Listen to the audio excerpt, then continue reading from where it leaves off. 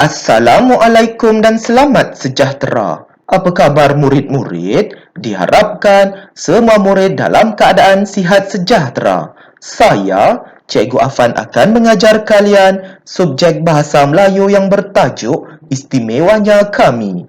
Untuk pengetahuan murid-murid, tajuk Istimewanya Kami ini terdapat pada muka surat 188 dalam buku teks Bahasa Melayu tahun 6.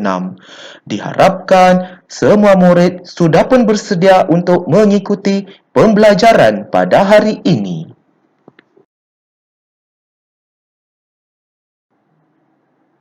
Standard pembelajaran pada hari ini iaitu 2.6.2 membaca bahan bukan sastera untuk menghasilkan idea baharu. Objektif pembelajaran pada hari ini iaitu pada akhir pembelajaran dan pemudahcaraan, murid akan dapat membaca bahan bukan sastera mengenai istimewanya kami untuk menghasilkan 3 idea baharu dalam bentuk grafik. Kedua, menulis sebuah ulasan tentang bahan bukan sastera dengan menggunakan ayat yang gramatis untuk menghasilkan idea baharu mengenai istimewanya kami dalam bentuk perenggan. Kriteria kejayaan pada hari ini iaitu murid berjaya membaca bahan bukan sastera mengenai istimewanya kami untuk menghasilkan 3 idea baharu dalam bentuk peta pelbagai alir. Kedua, murid berjaya menulis sebuah ulasan tentang bahan bukan sastera dengan menggunakan ayat yang gramatis untuk menghasilkan idea baharu mengenai istimewanya kami dalam bentuk perenggan. Pernahkah murid-murid menggunakan kad prabayar sentuh dan lalu dengan kad prabayar telefon? Ya, tentu ada murid-murid yang pernah menggunakan kad prabayar telefon berbanding kad prabayar sentuh dan lalu yang biasanya digunakan oleh ibu maupun ayah murid-murid. Jadi kita bincangkan terlebih dahulu mengenai kad prabayar telefon. Jadi, kad prabayar telefon ini sudah pun disediakan oleh pihak telco yang terdapat di Malaysia seperti Digi, XOX, Maxis ataupun U-Mobile. Ini kita lihat contoh kad prabayar telefon yang disediakan oleh pihak telco iaitu One XOX Prepaid SIM Card, Digi Prepaid Next dan Prabayar Xpex. Jadi di sini kad prabayar telefon ini mempunyai keistimewaannya yang tersendiri. Contoh keistimewaannya, pihak telco tersebut menyediakan package. Mungkin ada package harian, mingguan maupun bulanan. Jadi, para pengguna dapat memilih package-package tersebut mengikut cita rasa masing-masing. Ada sesetengah pihak telco tersebut menyediakan ganjaran kepada para pengguna telefon pintar. Contohnya, menyediakan ganjaran seperti iaitu menyediakan mata ataupun dalam bahasa Inggerisnya dikenali sebagai point. Ada sesetengah telco menyediakan ganjaran iaitu hadiah seperti cenderahati, cenderamata kepada para pengguna telefon pintar. Jadi itulah contoh-contoh keistimewaan bagi kad prabayar telefon. Seterusnya kita beralih kepada maklumat di sebelah kanan itu iaitu kad prabayar sentuh dan lalu atau dikenali sebagai kad touch and go. Jadi di sini tentunya kad prabayar sentuh dan lalu ini digunakan oleh pengguna kenderaan iaitu pemandu jalan raya iaitu pemandu lebuh raya utara selatan ataupun PLUS. Tentunya murid-murid pernah melihat tol yang murid-murid dapat lihat di sinilah. Jadi, lihatlah di situ.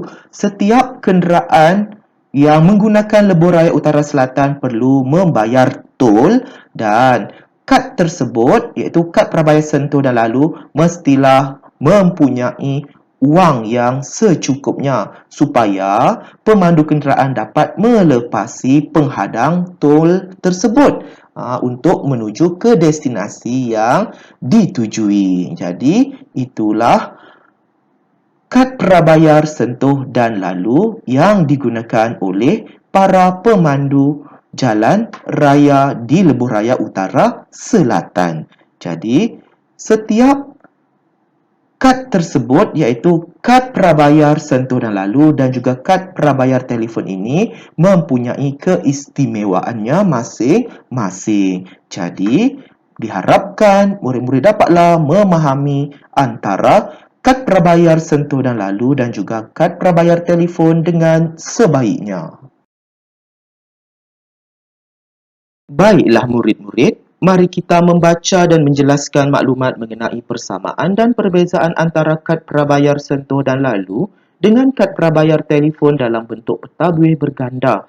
Jadi di sini Cikgu Afan telah pun menunjukkan maklumat berkaitan kedua-dua jenis kad iaitu kad prabayar sentuh dan lalu dan kad yang kedua kad prabayar telefon. Jadi di sini sebelum kita menjelaskan maklumat berkaitan persamaan dan perbezaan bagi kedua-dua jenis kad ini, eloklah kita terlebih dahulu menjelaskan apakah itu kad prabayar sentuh dan lalu. Ya, kad prabayar sentuh dan lalu ini tentunya digunakan oleh pemandu kenderaan iaitu pengguna jalan raya iaitu Lebuh Raya Utara Selatan ataupun PLUS. Jadi di sini kad prabayar sentuh dan lalu ini dikenali sebagai kad touch and go. Sebab itunya ada touch, sentuh dan go itu lalu. Touch and go, sentuh dan lalu. Jadi kad ini digunakan oleh pemandu kenderaan untuk membayar tol yang terdapat di Lebuh Raya Utara Selatan. Yang kedua, kad prabayar telefon. Kad prabayar telefon ini merupakan kad yang digunakan oleh pengguna telefon bimbit ataupun telefon pintar.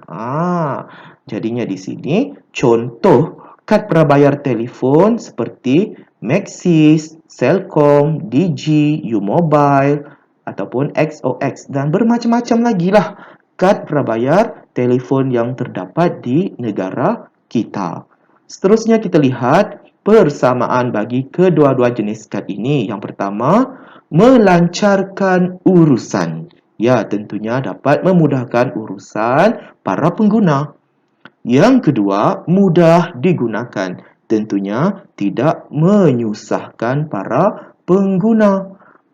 Dan yang ketiga, tidak memerlukan wang tunai semasa menggunakannya. Maksudnya di sini, seseorang pengguna itu tidak memerlukan wang tunai secara fizikal. Yang kita dapat contohnya, kita dapat sentuhlah duit tersebut. Kita tidak menggunakan duit secara fizikal, tetapi kita menggunakan kad tersebut kerana kad tersebut mengandungi mata wang. Maksudnya sini ada duit lah dalam tu. Maksudnya kad tersebut mempunyai wang dan transaksi iaitu urusan pembayaran tersebut dilakukan secara dalam talian dan tidak menggunakan wang secara fizikal. Seperti duit yang kita sentuh itulah. Itulah maksudnya tidak memerlukan wang tunai semasa menggunakannya. Seterusnya, kita beralih kepada maklumat berkaitan dengan perbezaan bagi kad prabayar sentuh dan lalu. Jadi kita lihat perbezaan yang pertama, seseorang pemandu jalan raya ataupun pengguna Lebuh Raya Utara Selatan dapat tambah nilai. Maksudnya di sini, seseorang pemandu jalan raya Lebuh Raya Utara Selatan ini perlu menambah nilai mata wang sekiranya wang yang terdapat dalam kad tersebut tidak mencukupi ataupun tidak ada wang. Maksudnya habislah wang yang terdapat dalam kad tersebut, perlulah menambah nilai mata wang supaya seseorang pemandu tersebut dapat melepasi tol yang terdapat di Lebuh Raya Utara Selatan supaya dapat melepasi tol tersebut untuk menuju ke destinasi yang diinginkan. Sekiranya wang tersebut tidak mencukupi ataupun tidak ada wang langsung ataupun kehabisan wang dalam kad prabayar sentuh dan lalu itu, maka seseorang itu tidak dapat melepasi penghadang tersebut dan tidak dapat menuju ke destinasi yang diinginkannya. Sungguh sedih dan kasihan sekiranya perkara ini berlaku kepada para pemandu. Kita lihat perbezaan yang kedua, iaitu kad prabayar sentuh dan lalu ini mempunyai penyata. Maksudnya di sini seseorang pemandu kenderaan dapat menyemak transaksi, iaitu kemasukan dan juga pengeluaran wang dalam kad tersebut. Seterusnya kita lihat maklumat berkaitan dengan perbezaan yang ketiga, memerlukan wang yang secukupnya. Tentunya Cikgu Afan sudah jelaskan tadi, seseorang pemandu itu mestilah ataupun memastikan perlunya wang yang secukupnya dalam kad tersebut supaya memudahkan urusan perjalanan di lebuh raya utara selatan. Sekiranya tidak mencukupi wang dalam kad tersebut ataupun kehabisan wang, maka boleh mengganggu pemandu kenderaan yang lain yang berada di belakang. Jadi di sini kita perlu memastikan wang dalam kad tersebut ada ataupun cukup bagi memudahkan urusan perjalanan di lebuh raya utara selatan. Kalau tak, habislah pemandu di belakang itu akan membunyikan horn. Jadi di sini sungguh malulah kalau kita pemandu tidak mencukupi wang untuk membayar tol tersebut. Seterusnya kita lihat maklumat yang keempat yang terakhir, iaitu perbezaan bagi kad prabayar sentuh dan lalu ini. Tentunya jaminan jika berlaku kerosakan kad. Kalaulah kad prabayar sentuh dan lalu ini ataupun kad touch and go ini rosak, maka ada jaminan. Maksudnya di sini tidak memerlukan bayaran tambahan ataupun bayaran denda. Jadi itulah maklumat berkaitan dengan perbezaan kad prabayar sentuh dan lalu. Seterusnya kita beralih kepada maklumat berkaitan perbezaan bagi kad prabayar telefon. Kita lihat perbezaan yang pertama di sini, iaitu seseorang pengguna telefon pastinya akan mendapat ganjaran. Apakah contoh ganjaran murid-murid? Ya, contoh ganjarannya seperti mendapat mata, dalam bahasa Inggeris dipanggil sebagai point. Jadi di sini contoh lain iaitu cendera hati, cendera mata, ada juga menyediakan pakej-pakej pelancongan, ada juga menyediakan ganjaran sempena ulang tahun kelahiran para pengguna. Jadi sungguh hebatlah kad ini kerana penggunanya mendapat ganjaran. Seterusnya perbezaan yang kedua iaitu dapat dijadikan sumber perniagaan. Maksudnya di sini kad prabayar telefon ini merupakan salah satu sumber perniagaan yang dapat menyediakan peluang pekerjaan kepada masyarakat kita pada hari ini. Seterusnya, perbezaan yang ketiga, kadar pembayaran murah dan lebih jimat. Tentunya, kad prabayar telefon ini tidaklah terlalu mahal dan juga tidak membebankan para pengguna.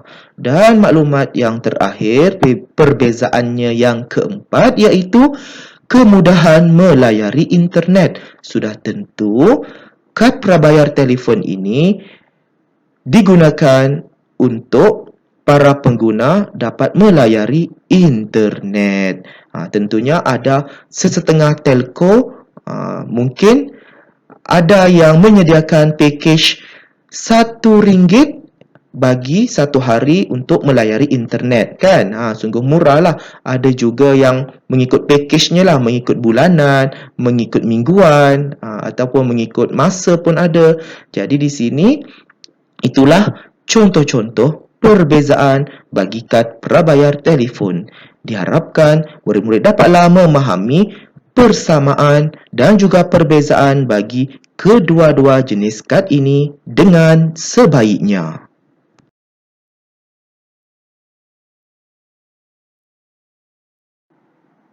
Seterusnya, mari kita menghasilkan idea baharu dengan menjelaskan maklumat tersurat dan maklumat tersirat mengenai istimewanya kami dalam bentuk peta pelbagai alir. Sebelum kita menghasilkan idea baharu, eloklah kita membaca maklumat yang dinyatakan di atas itu. Amar selalu melihat ayahnya menggunakan kad prabayar. Kad ini banyak memberikan manfaat kepada pengguna. Amar mendapat satu idea baharu. Dia ingin mencipta kad yang lebih canggih. Baiklah murid-murid, untuk kali ini murid-murid perlu membantu Amar untuk menghasilkan idea baharu, iaitu untuk mencipta kad yang lebih canggih.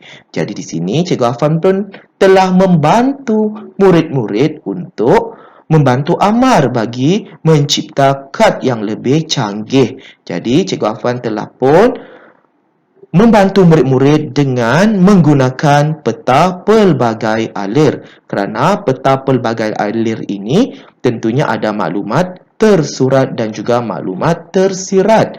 Jadi kita lihat maklumat tersurat yang pertama.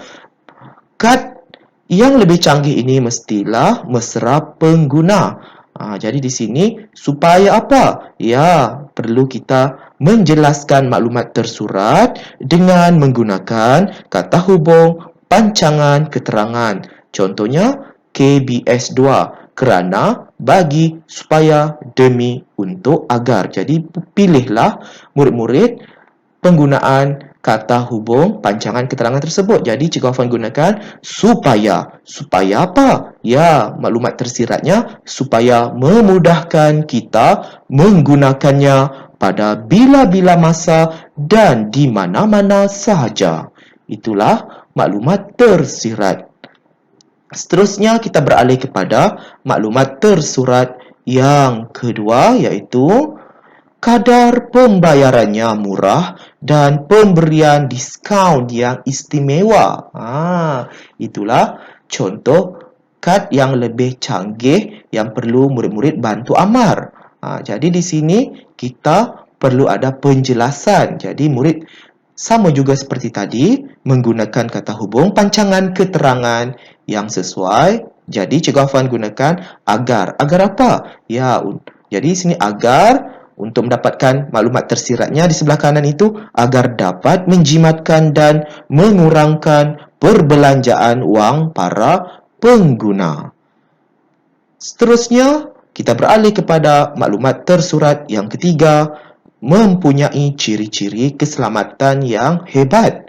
Itulah kad yang lebih canggih yang Amar mahukan. Jadi, kita perlu menjelaskannya. Jadi, kita gunakan kata hubung pancangan keterangan iaitu untuk. Jadi, untuk apa? Ya, maklumat tersiratnya di sebelah kanan untuk mengelakkan daripada kecurian data dan penipuan oleh penjenayah.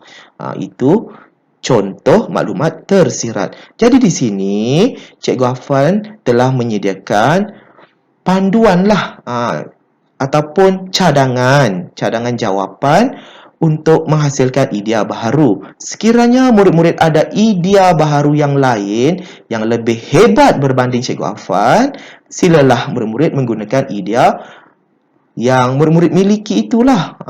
Jadi maklumat berkaitan dengan menghasilkan idea baharu ini, murid-murid dilarang ataupun tidak boleh menyimpang daripada pembelajaran kita pada hari ini, iaitu untuk menghasilkan idea baru, iaitu mencipta kad yang lebih canggih. Mestilah bersesuaian dengan topik pembelajaran pada hari ini. Oleh itu, diharapkan murid-murid dapatlah memahami maklumat tersurat dan maklumat tersirat ini dengan sebaiknya.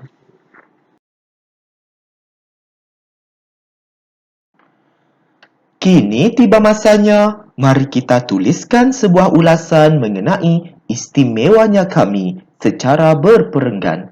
Sila rujuk slide aktiviti 2 tadi untuk mendapatkan maklumat tersurat dan tersirat. Tuliskannya dalam buku penulisan. Baiklah murid-murid, untuk tugasan aktiviti yang ketiga ini sangatlah mudah, iaitu murid-murid perlu menulis sebuah ulasan iaitu untuk menghasilkan idea baru seperti yang telah kita bincangkan tadi.